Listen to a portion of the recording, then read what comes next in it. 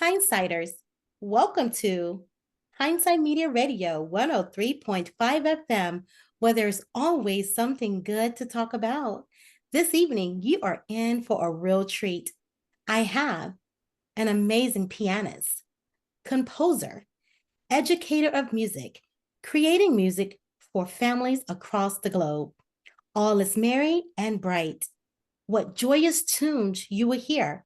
This amazing musical art of a man knows how to make your heart beat and relax your body, mind, and soul as you rest your feet all at one time. From O Come, Emmanuel to Silent Night, an ending you just will not want to leave the never ending story.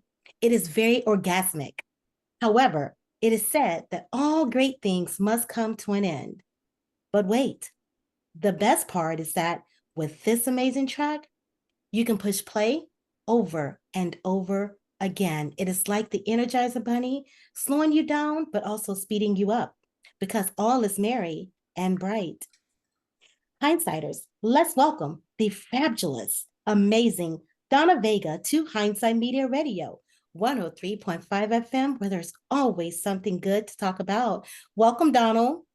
Hello, hello. What a wonderful introduction. Thank you. Absolutely. And it is all true. So, Donald, please take a moment to share in great detail about how your life was as a young child, all the way to who you are as the most celebrated musician today. Yes, so my name is Donald Vega, and I was born in Masaya, Nicaragua, which is in Central America. And I grew up listening to a lot of music, and my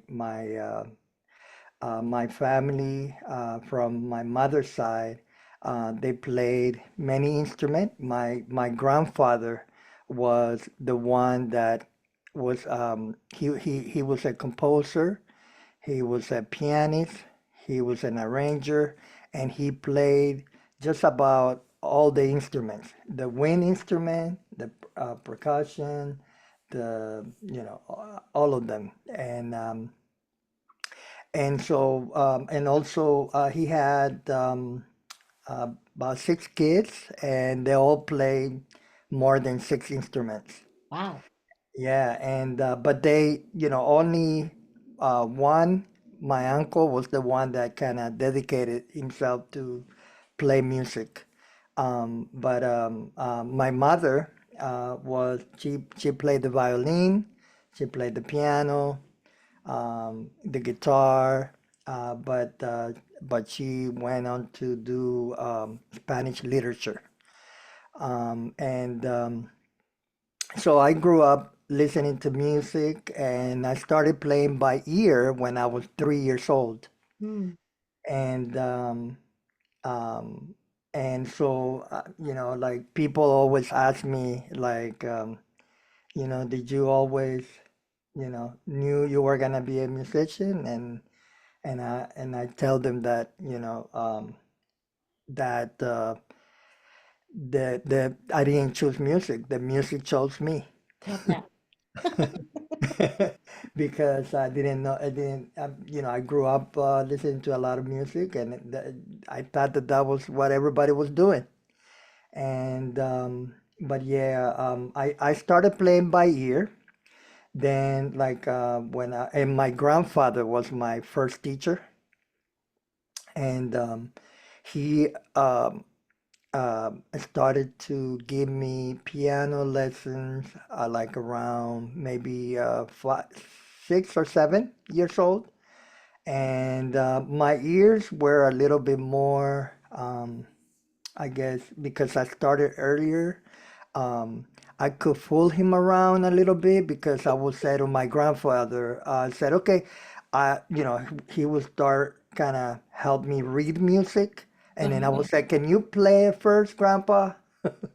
And then he would play it, I would hear it, but then he used this method for piano method where you go through steps like level one, level two. By level two, you had, like you had to read. So he found out that I was actually looking at the fingering. Mm. And then, level two was like, it wasn't working. So that's when he was like, okay, no, we gotta get to the reading now. And that's when I started to read music. But um, yeah, so and I guess yeah, growing up in Nicaragua, if you haven't been in Nicaragua, it's very tropical. The weather is Mhm. really nice, and it can get hot at times, but it's I have really great memories. And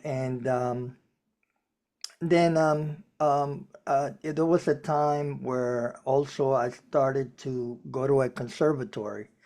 At this time I started to play classical, so more the works of Chopin, Mozart, Bach, and those composer. But at the same time, I was playing popular music, Mhm. Latin music, and whatever. So, and I remember my uncle actually, he played a little jazz. He played some jazz. He played piano, violin, and I remember him playing a recording of Mongo Santa Maria. Oh, yes. Yes, and but when I heard that recording, there was a piano player that didn't play um like the other recordings, like and I'm talking about like Eddie Palmieri, Mhm. right, and salsa music. There's a certain way of playing, and but when I heard this piano player that was in Mongo Santa Maria, I really wanted to, I was really curious about. I wanted to play like him. And later I found out that that piano player was Chick Corea. Wow. Yeah. And no wonder because Chick Corea was harmonically, he was doing some other things in there on the piano. Um, so I really, fell in love with that. I didn't know at that time, but I love jazz. And in terms of improvisation and all those things, I didn't really have any idea what that was, but I guess it came natural to me, Mhm. and um, and then I started to do kind of imitate, and play the groove and improvise and stuff like that. And well, so unfortunately, the government at that time, and I'm talking about like when I was around 13, 12, Mhm. what was going on is the country was becoming a Yeah. communist country, and it got to a point where I can give you an example, like um, the government will kind of stop buses and kind of go in and stop the buses and say, okay, if you're older, if you're 15 and older, and if you're a man, you get out of the bus. Oh. Everybody will get out of the bus, and then their families will never see them again. And I remember at that time I was young, so I was not able to completely understand. But my neighborhood, and if you haven't been to Nicaragua, it's like the people are known for their joy, but Yes. there's a lot of poverty. There's a lot of poverty, Yes. um, but people are happy. And Um, and I remember being in my neighborhood, and I was attending funerals. Mm. Like I will go to like three funerals, and I will see their mothers like wailing, crying, you know. And some of them, they they will they didn't have the body. They only had the helmet or their Mm, boots because their son or were mutilated, you know. um, And so that was kind of like the temperature, what was going on, which is mhm, very unfortunate, And so my mother, she knew where the country was headed. She was a teacher, and she said, "Okay, I'm gonna get out and see if I can bring my kids." Um, at that time, it was me and my two brothers, and so she was able to get out of the U.S. Um, like when I was about 12. Now, the thing is that she was not able to tell me where she was going um, because, kids, they talk. right. So they didn't want to, say something to me Yes. or the kids, and then we would be, oh, yeah, I know where my mother is. She's Uh-huh. going to the U.S. So, and so she left, and she thought that she was gonna send for us right away. Mm, But it didn't happen until I was 14 years old. wow. And my family would say, okay, mom is okay, you know, it's okay, but where's my mom? Yeah. So I definitely had uh, an abandonment, issue that in there. But um, so at that time, basically, um, she hired that this was 1989, Wow. and she hired a coyote. So at that time, that was kind of like the norm. You hire someone that will guide you Yes. to either to cross the border. Okay, so we got visa to go to Mexico, Mm-hmm. Chiapas, but then from Chiapas we needed the coyote to guide us to the other side, and then have someone on the other side take us to um, the destination. Wow. Yeah, so I didn't go by myself. I went with my godmother, and I remember, well, at that time I was only 14. I only remember me being excited to see my mom. I haven't seen my mom, and I was really excited about that. And so I wasn't thinking about nothing. I was not, I didn't know the language. I didn't speak English. I didn't know what was up there. I just Mhm. wanted to see my mother. Um, and um, and I left my brothers behind too. So Wow. it was just like, okay, I'm going with my godmother. Now, looking back, I think we tried at least two times to, uh, just to cross the border. But before that, just leaving Nicaragua, I think that one of and the airplane wings caught on fire. Like, I don't know, Wow. something, yeah. So we had to get back and wait and to get another plane Wow. and get so looking back, that's why I always said I always say I believe in God. Oh, You know, yes. God is, not only the gift that He's given me, because it's something, of course, I've, I've worked for it, but not everybody has it, That's right. and that, so I'm a big believer. And I so finally we were able to get to Chiapas or Mexico, Mm-hmm. and then from then we tried at least two times to get to the other side, and all I remember is the the coyote. There were like two people one person just said, okay, all you got to do is just run. And if they get, they capture, then they'll send you back. Mm. So, but I remember seeing so many people. I mean, it's just so many people, and also helicopters. And we did it at night. So you could, so I remember just, you can picture like the helicopters where the light and then a bunch of people just running, running, running, running.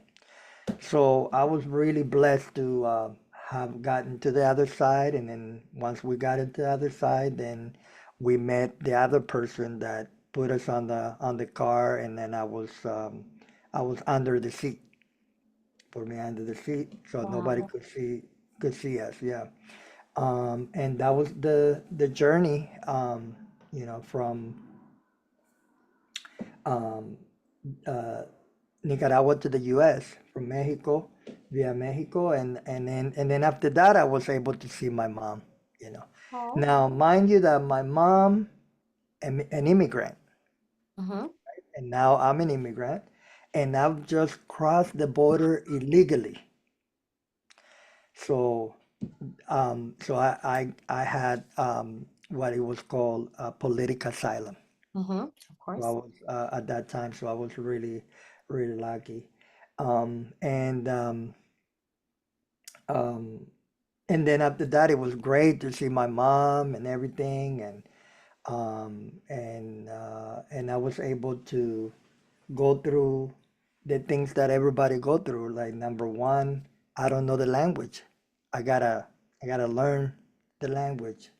Now in my country, it's very tropical. Now in the U.S. And it was Los Angeles. Now Oh. it's a little bit more colder, Yes. right? It's not New York City or, but it's a lot. So I had to kind of adapt to all these changes because I was not.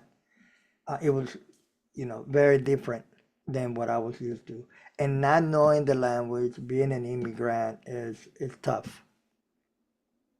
But like I always say, God took care of us.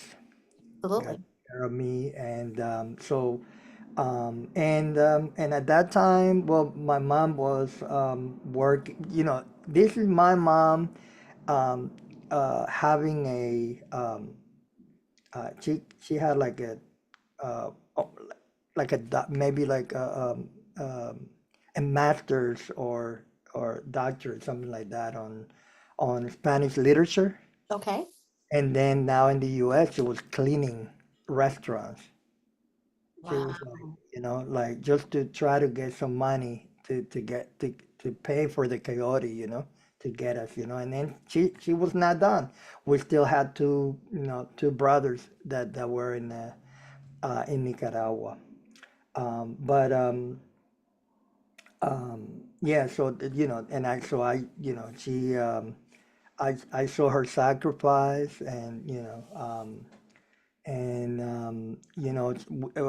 so here I am. I don't have a piano. I've been playing since I was a little, since I was three, Mm-hmm. and I remember just, you know, going in the walls, and try to, with my fingers, just, pretending that I'm playing. I'm hearing music and everything, and um, and then my mother tried to find a conservatory for me, you know. Mm-hmm. But in the meantime, in Los Angeles, I went to school, Okay. and I ended up at Crenshaw High School. Yes. Yes, and in there they had an incredible program at that time that was really helpful. Was called ESL, Yes. English as a Second Language, Yes. and so that was really good, especially for someone who didn't know, couldn't speak English, know any English, but obviously you kind of get behind with your academics, regular academics, um, because you need to get the language first. And so I remember at Crenshaw High School, I found um, uh, some pianos. They had a few. There was a music room that they had pianos in there, and I had the choice to to play or to eat lunch on lunch break. Yes. So sometimes I wouldn't eat lunch because I wanted to play Wow. at that time. But there was a beautiful, beautiful Hawaii. It's my mama. I call her Mama, Mrs. Iris Stevenson, that was teaching a class, and she saw me kind of, hitting the tables, or the chairs, and the school chairs, and then she thought that I was something was going on with me, and she tells me the story that she thought that maybe I was a piano prodigy. So, man, you should sub on or something like that. But yeah, but she heard me play later, and then she enrolled me to unbeknown to me, like I didn't know, enrolled me to a national competition. That was Wow. the Spotlight Awards, the Music Center Spotlight Awards, and I was 15 years old, Okay. and yeah, so I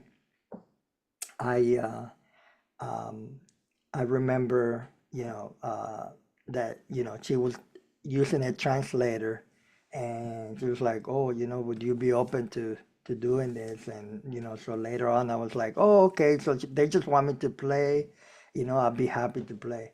But that competition, I didn't know how important that was. It was it was one of those competitions that it was kind of like where you compete. They had like they had jazz, they got drama, they had all dance, all the things from the arts, and I remember, I thought that I was gonna just go play and that's it, but it was like levels that I have to accomplish. So it was like 3 levels or something like that. And anyway, so I did that, and then when I find out that it was really, really important was when I was getting interviewed on TV, Wow. and I was getting ready to play with the Los Angeles Philharmonic. Wow. And this was all at the age of 15. Yes, yes. Wow. How amazing. And so that's when I was like, oh, this is a big deal. You are a big deal. Yes. And yeah, and I remember I'm so indebted to Mrs. Stevenson. I mean, she definitely, if it wasn't for her, I would not have. There's no Donald Vega because I would have just being that kid that would just go and when the ring bell, uh, just go to the to the piano and play and get out. Yeah. Yeah. So so that was, looking back is amazing. I call her my angel, um, so the great thing about that competition is that they had 3 judges: Henry Mancini, Bill Conti, and a critic named Leonard Feather. And then they realized that I didn't have a piano, and they donated a piano. David Abel donated a piano for me Wow. to play. That's And in awesome. addition to that, they gave me $5,000. Woohoo. Back then, that was some good money, right? That was some good money. And then the best part is that, see, I was born with a cleft palate, Mm-hmm.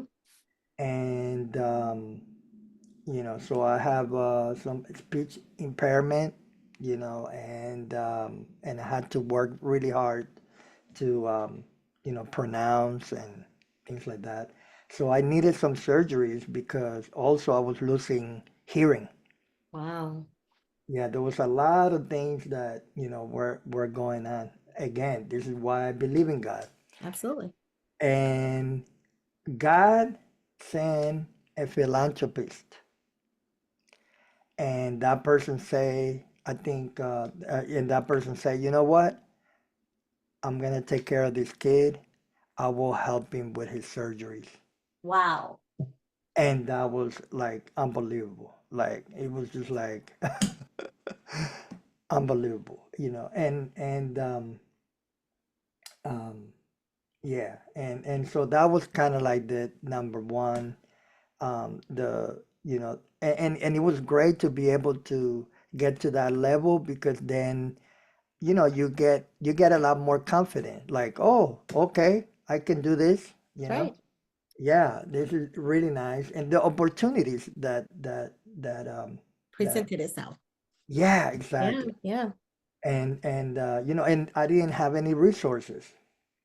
And all of a sudden, I'm like, okay, I got a piano, and I have someone helping, and so it's great. So at that time, also the so I so now I'm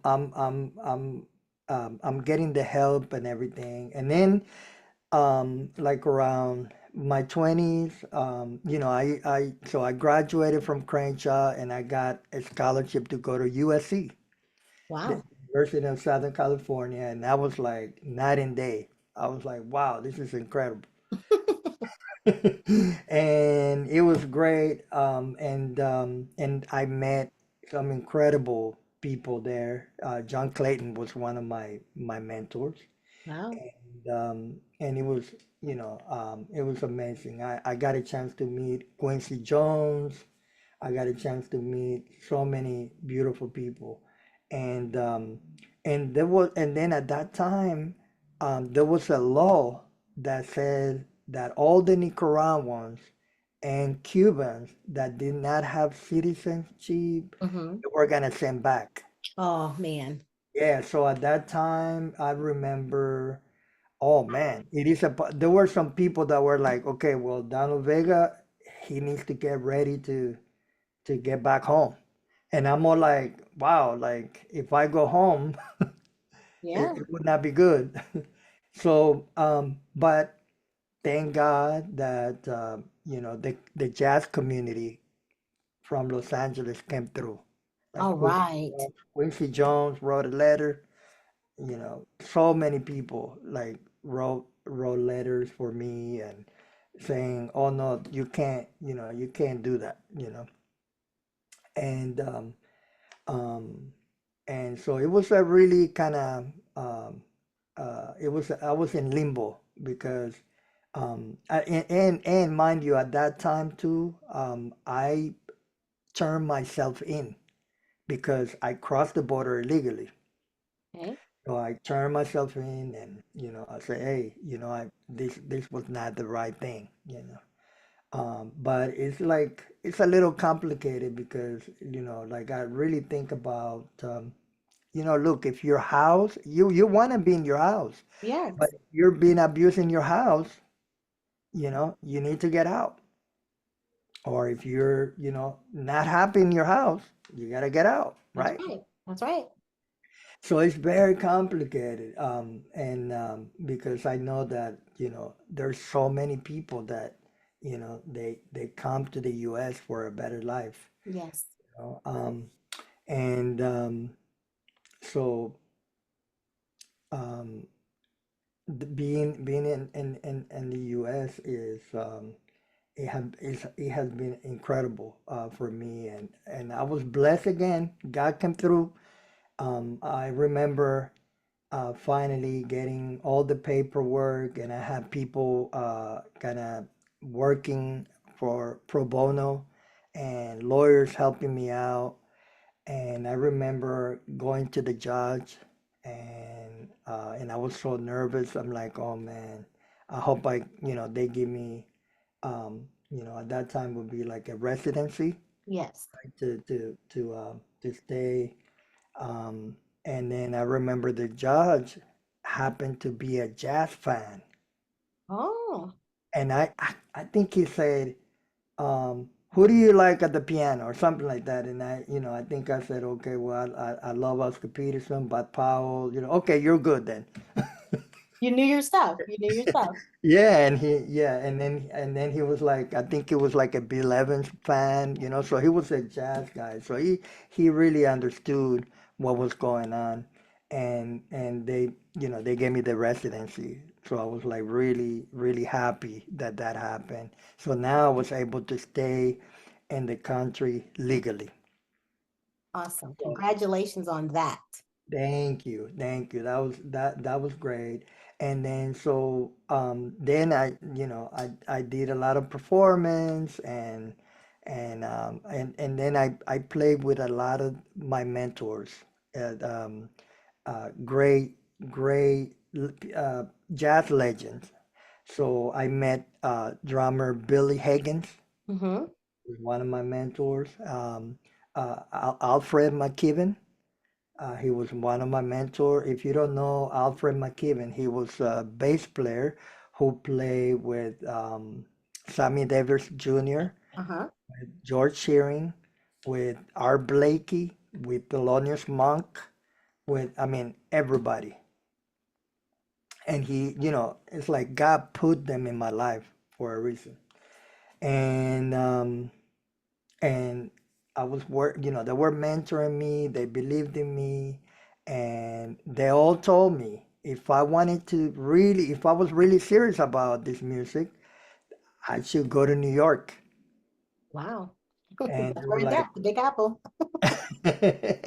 yeah, and so I said, okay, I'm gonna one day I'm gonna go to New York. I have to go to New York. Yeah. So and at that time I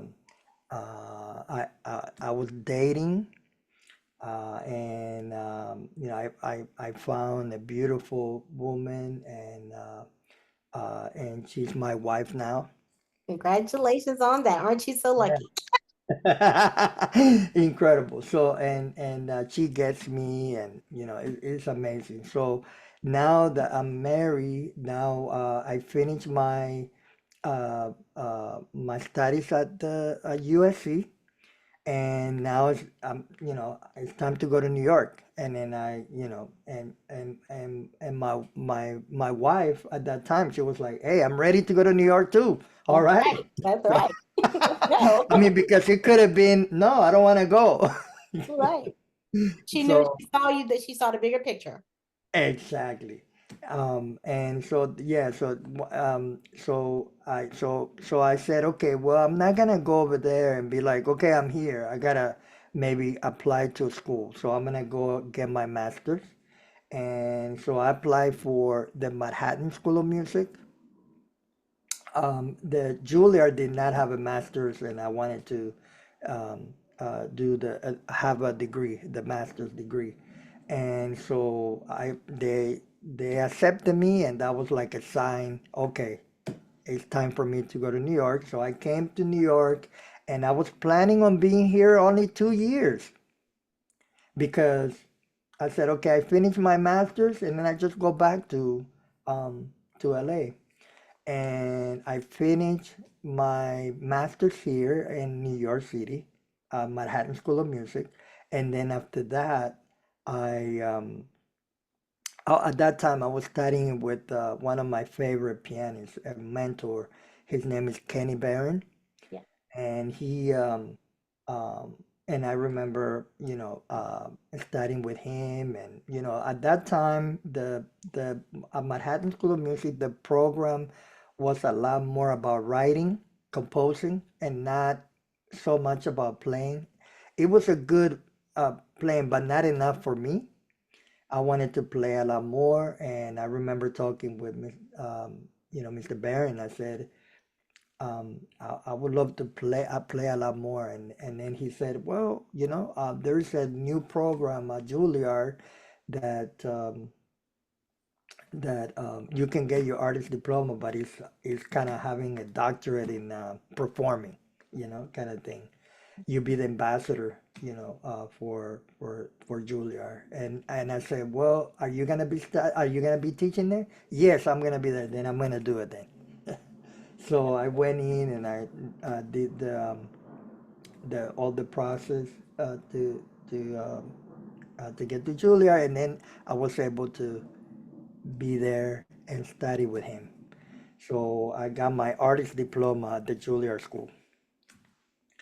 And then yeah, so things got better and better and better, and now I already have my master's. Now I'm a Juilliard, and I'm thinking, okay, well now I have yeah, oh, and then I have my kid. I have my son. Now I have two kids. I have my daughter, who is she's 11, and my son, who is now 13. Awesome. And yeah, but at that time, I was worried because my wife was pregnant. I have a son coming in, and I'm about to I'm out from Julia now, from being a student. Now I'm in the real world. Oh, yes. And yeah, and things just got better because, um, as you know, Mr. Ron Carter um, asked me to be in his uh, jazz trio, the Yes. Golden Strikers trio. Yeah, so that and that was that's incredible. Oh, Just yes. have a living legend. And then yeah, I just thought that I was gonna come back to LA, and I ended up being here, and I've been working with Mr. Carter for like 15 years, 15 almost, yeah, 15 years. That's a blessing. It is a blessing, and then now I'm trying to do my thing, and I was able to um, my latest album, As I Travel, is basically kind of depicts my poignant moments in my personal journey, beginning from my hometown, Masaya, Nicaragua, through, all the, the worldwide travels that I've done and performed. Um, and I've working with Mr. Carter and with different people. I think I've been to at least 40 countries. Okay. Awesome. And yeah, yeah. So it opens your mind, it opens your heart, and you know, um, and then this CD kind of illustrate kind of this also the the emotional journey, Oh, yeah. leaving from my hometown, due to that civil war, and entering America as undocumented immigrant, through a and I put all that in writing, as a so all the tunes that you hear in there are part of my journey. And so but this album is it continues to, it continues with like also a joyful exploration, Oh, yeah. of all my move to New York, and you know and um and ultimately like stepping, like leading to worldwide performances.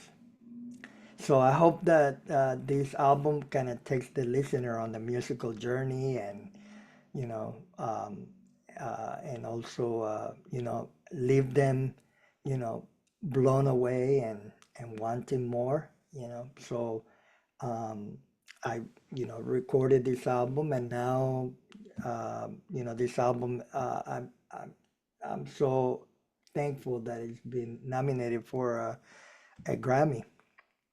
Well, congratulations in advance. You're going to win it. Let's Yeah. take it home. Let's take it home.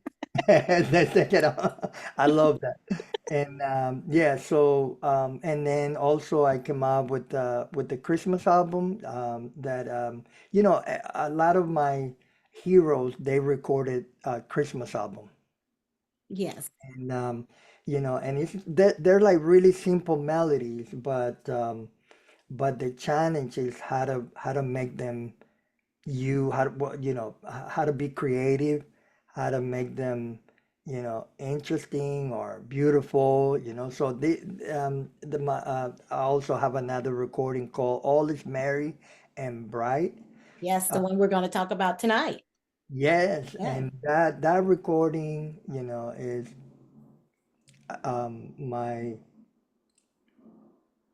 my my way of you know um, taking these melodies that we know, and listen to every year, and kind of have fun with it.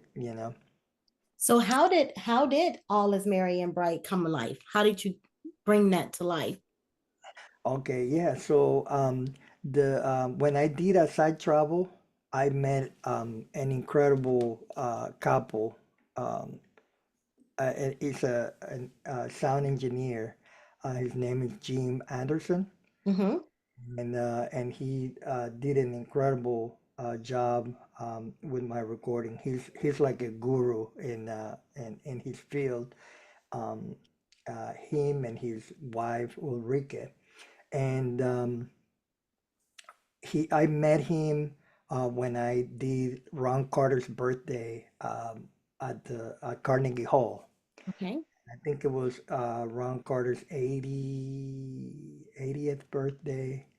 Um, I might be wrong, but I met him there and I asked him if he was open to doing my album. So he did that album with me as I travel. And then later on, he suggested Christmas. Oh, why don't we do a Christmas album? And I was like, why not? Why not? So, So this would be your fifth album, right? Because all yes, right. yes, Okay. Okay. yeah. Oh, so I guess I skipped the other albums. I already know about those albums. I got you. Yeah, yeah, exactly. Yeah, so yeah, and then it's great. So I called two of my fellow Juilliard alum. So the bass player and the drummer, they both went to Juilliard when I was there. In fact, the drummer was in my ensemble, and his name is Piva Nostrand, and the bass player is Clovis Nicolas. Mm-hmm. And that was nice to connect with them and play together. And so yeah, we did that, and it was fun to uh, take these melodies and see what I could come up with. So like, I try to be me as much as I can. So you could hear some kind of Latin rhythm, Oh yes. jazz, a little bit of that, yeah. So because it was kind of like when I heard the melodies, I had to um, uh, ask myself, okay, um, what try to get like an image of like for example, Joy to the World, um, uh, you know, um, I try to put myself in, have an image of me, um, in spite of all the challenges that we have, Yeah. you know, we still need joy. Exactly. But also your O Come Emmanuel, which is I took it as that Christian hymn, but you Yes, also had some cha-cha and Afro-Cuban beat I, that's in right. that. So that was your touch that you put on that. Right, right. Yeah, but because I wanted to also be creative, and really put my heart into it. So I hope you enjoy. No, definitely will enjoy. And I know the listeners will enjoy. And as I stated to you before we started conversing this evening, that we would definitely be playing all 11 tracks and we would play them throughout the holiday. And then some of your other albums that are not holiday, we will definitely play those albums as well so Oh, that people beautiful. can understand and get a feel. Now, I know sometimes artists, when you guys create your titles for your albums, for this specific one, All Is Merry and Bright, were you like up against multiple titles or this one title was brought to you or to your mind or to up from other people, and then you said this is it. How did you know that All Is Merry and Bright was the right title for this album? Oh man, yeah. Well, because Jim and I were team up. It was him growing up. He was the one that suggested the title, and then even before all the idea, you know, because we looked at Joy to the World, O Come Emmanuel, Deck the Halls, Midnight Clear, Silent Night, and it was like, oh, yeah, that's all merry and Yeah. bright.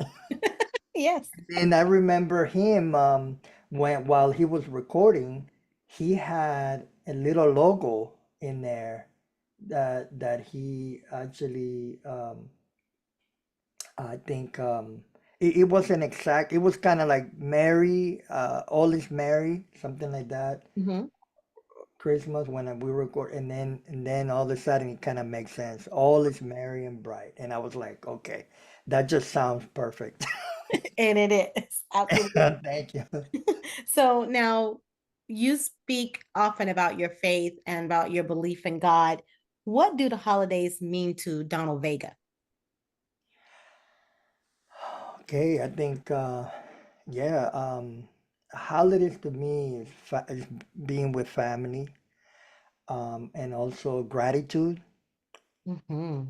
and also the main thing, I mean, for me is you know I'm a Christian, Mm-hmm. and I believe in God, um, and that's just it's incredible because I mean, to me, when it comes to that, I read the Bible, not as much as I want to, but when I read the Bible, it's kind of there's so much wisdom, and in terms of the faith, it's a choice that we make. We either believe it or not. That's You right. know, if I believe, all these things are really amazing because the Bible kind of deals with the hearts of men, humanity. So you get to, even though it was written so many years ago, you still get to know people because there's stories about jealousy, there's stories about joy, stories about it gives you all this wisdom. And I'm saying that because that if we believe, you know, I believe in God. The Bible kind of it gives you exactly a picture of what God is, and it's all the fruit of the spirit, all the good things about life, and I love that, Mm. because I feel like the world, can be, we're not perfect, No. but the world can be very brutal. Oh, yes. I was born with a cleft palate, so like I was bullied, because I was different. Right. And that was, I look at my kids and it's like, man, like, how did I survive that? But God. Right. Because it can be, I mean, I hear stories from, people that get bullied and then they take their own life. That's right. And I mean, Unbearable. it's a very serious thing. And, but I think, like for me, having faith, it makes a difference. And it's all those good things. And for me, when it comes to the holidays, I try to, think of all the good things, and try to also, my parents, they taught me to give back, to give. Hmm. And also, when I think of the holidays too, is, giving, and because not everybody has a good time in the holidays, That's right. and they might need a phone call, you calling them or helping them, with anything that they need, or food, or and you never know. So for me, I think um, I guess I'm getting too deep, but it's a good thing, the It's a holiday. great thing. You're fine. That's what it's about. I love for listeners to be able to. I know oftentimes we get on here. Yes, we're going to talk about your album. We're going to ask a few more questions, but oftentimes people don't get to relate to the artist so that they can understand where you came from. Why are you where you are today? Because sometimes listeners too have the same struggles, or they may have gone through some of the things that you went through, or they want to know, how did you get over and overcome? They want to be just as invested in you as you have been in your craft, and as you want them to be supportive in your craft, right? So I Mhm. think when they can understand more of the person who you are, they can relate to your music more. Because when I listened to your fourth album and I talk about that, I heard the pain a little bit in the album, but later on throughout, as the album grows and as it grew and grew and grew into the songs, I heard the joy. Mm, So that's what you want people to hear. You want them to see the story behind it. And mhm, your albums tell a story on each one. Even this Christmas album, it mm, tells a story. mhm, You hear those things in there, and then you say, "Oh, oh, there's a little poke in there." Oh, well, here it goes. Now here's the joy in it. So there, it gives a good balance, and that's what life is. Life is a circle, and it's a balance of everything is not always glorious. But if you look at the end of the tunnel, and in your case, and in my case, and all some of the listeners' cases that are Christians and that believe, it comes full circle, and you know that through trials and tests and testimonials. But God, He will always provide a place for you mm, through amen. the storm. Mhm, He provides, it's a test for a testimony. So your latter days will become your better days. mhm. And that's what it's great about. And that's what I love. So out of these 11 tracks, do you have a favorite song that you recorded? Oh man, that's really hard to, because I put a lot of heart onto it, to it. But I mean, you look at Dear Maida, that's Mm, my mother. Dear Maida, it's a waltz. This is as I travel, right? yes. Yeah, so Dear Maida is the name of my mother. My mother, her name is Maida, and she's a positive force of nature, and I, like I mentioned before, she came to this country first and then brought me a few years later. She found a place for me to study the piano when I arrived, and always made sure I had everything I needed so that I could focus on the music. And when you listen to that song, you'll notice that there are many sections where these songs, that's in let up, but it drives you forward no matter what. Just like every mom that's all over the world. And then I on that recording I also I wrote for my kids. Isabel is my 11-year-old, and that's, I think, it's track 7, and Isabel, the enchanting nature of you.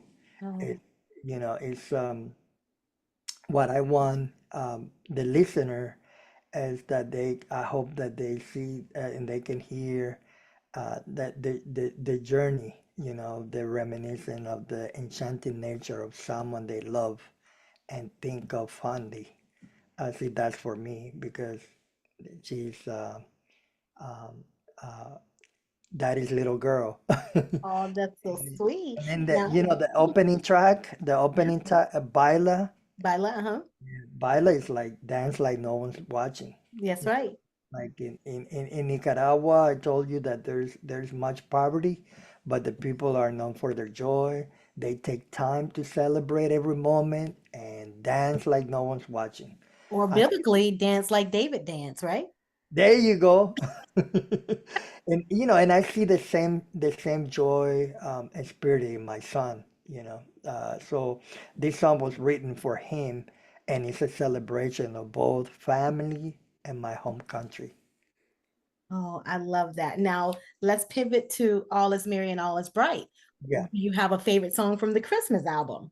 Ooh, all of them. No. All of them, they all are great. I can agree with that. Because there's other composers on there with you on each one that, wow, that's like, whoa, you encompassed all of that. That's good. I like how you put your little touch on with the additional composers. So, and you seem to have done that with each song, gave it a little, a good touch. And it just was, oh man, I can't wait for the listeners to hear.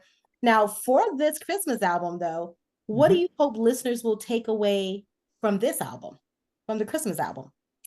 Yeah, so I want them to um, think of the good times.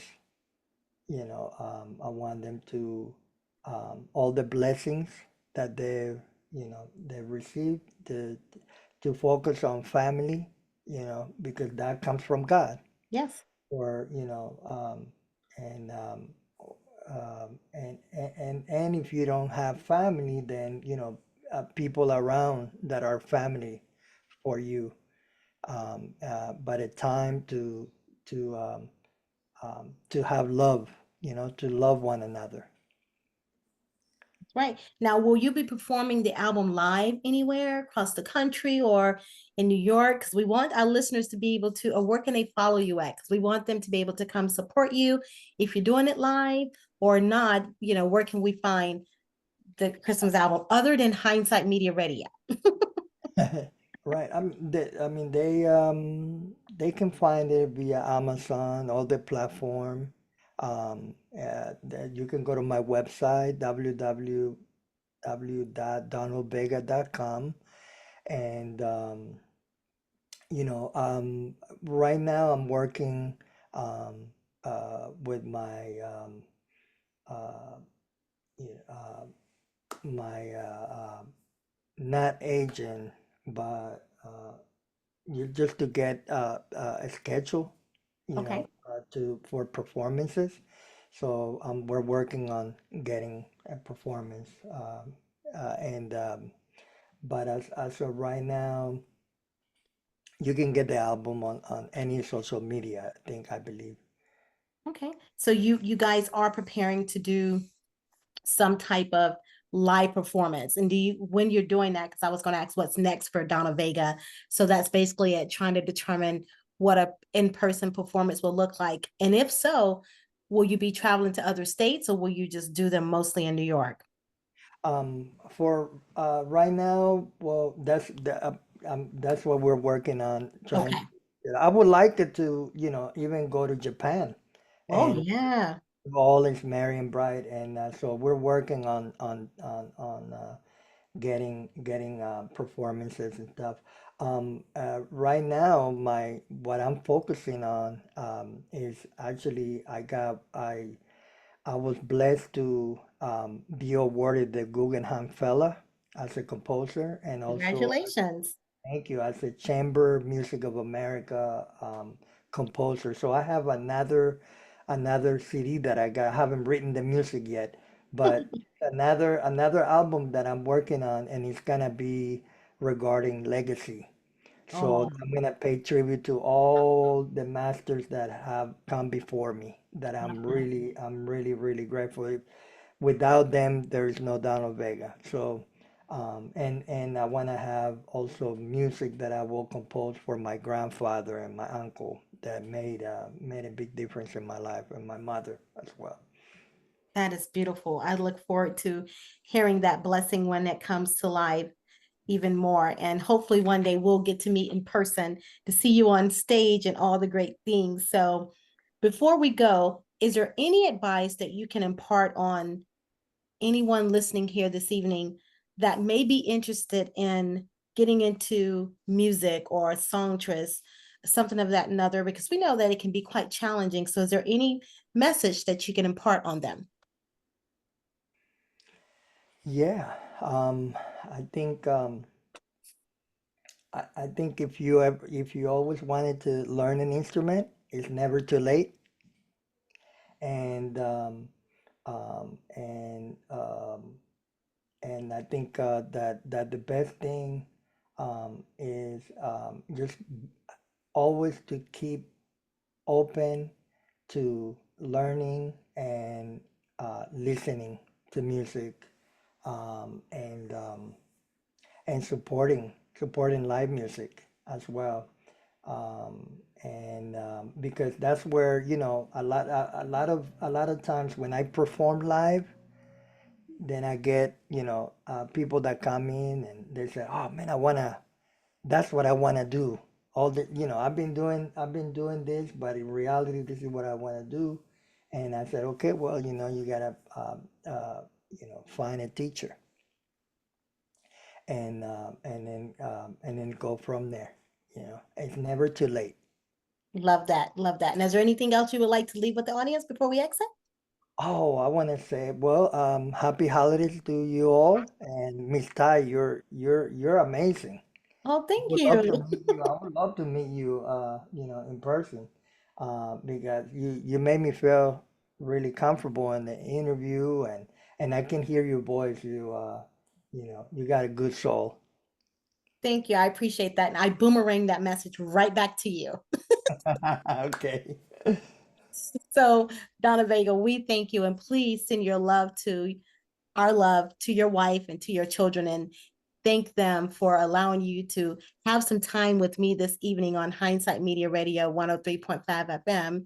So I know that you're in New York City and we are on the same time zone, but I know that this is a time where it's time to wind down. So I'm going to wind down and we're going to play some of this Christmas album music on our radio station starting on December 15th. So I'm super excited about that. But again, tell them thank you for allowing you to share your time and energy with us this evening. Thank you, my honor, and it was so much fun. Yes, Talk. yes. So, hindsighters, as you heard here tonight, you heard the amazing Donald Vega. You will not be disappointed in any album that you hear and music that you touch. It will touch your soul and it will leave you wanting more. So, make sure you visit our website at www.hindsightmediaradio.com, where there's always something good to talk about. Good night.